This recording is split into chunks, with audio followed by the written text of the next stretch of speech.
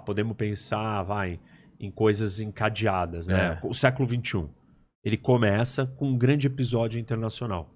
O 11 de setembro. Exatamente.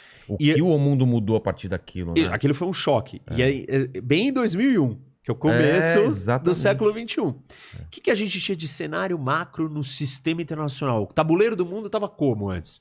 Você tinha tido a Guerra Fria, que tinha acabado com o colapso da União Soviética. Foi anos 80 e 90? 90. Começo dos anos 90, cai o Muro de Berlim e aí você tem a transição. Aí, esse período, você fala assim, bom, acabou.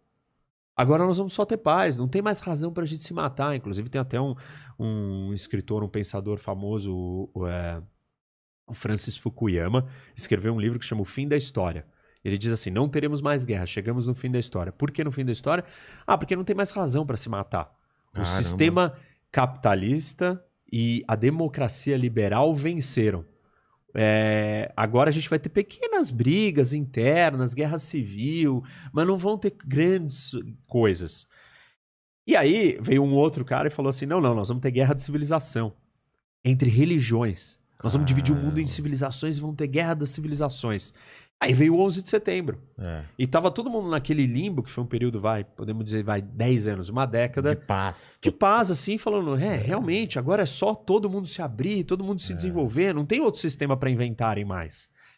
E aí veio o 11 de setembro. Mercado se juntando, né? União Europeia. Globalização aumentando e tal. Aí veio o 11 de setembro. Aí parou e aquilo ali muda tudo.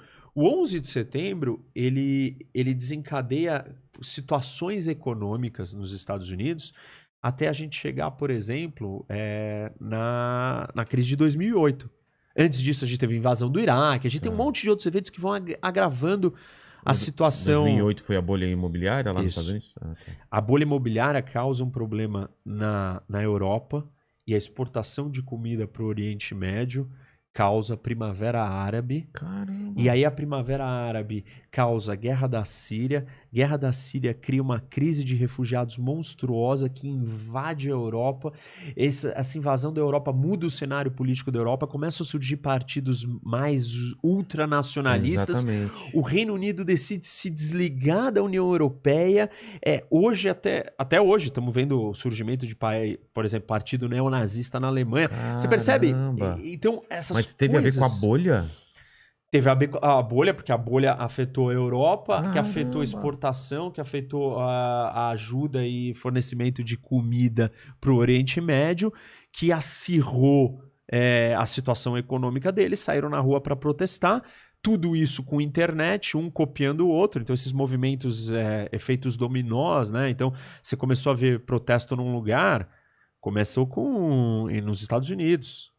Começou protestos aqui, aí começa a ir ali. Aquilo foi linkando. Protesto no Brasil nós tivemos também, lembra?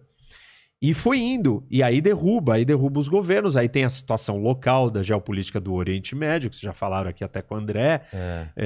E aquilo já é afetado, já tem a sua própria característica, né? O Oriente Médio já com seus próprios problemas. Vira uma grande guerra civil que tem repercussão para milhões de refugiados entrarem na Europa. E eles entram na Europa e eles começam a mexer com a psique, com a identidade do europeu. Exatamente. E com os movimentos políticos. Porque a política nada mais é do que isso. É a tradução dos seus valores, das suas crenças, das suas vontades, das suas ideias. E isso vai indo e continua até hoje. Então, a gente consegue conectar todas essas coisas. E a pandemia é um efeito ou uma peça nesse grande encadeamento aí de coisas que está provocando todas essas outras que eu te falei. Até, por exemplo, a questão da dependência da China. Você citou, a gente não entrou nesse ponto. A China eu vejo como o grande incógnita, né? Tá todo mundo olhando para a China.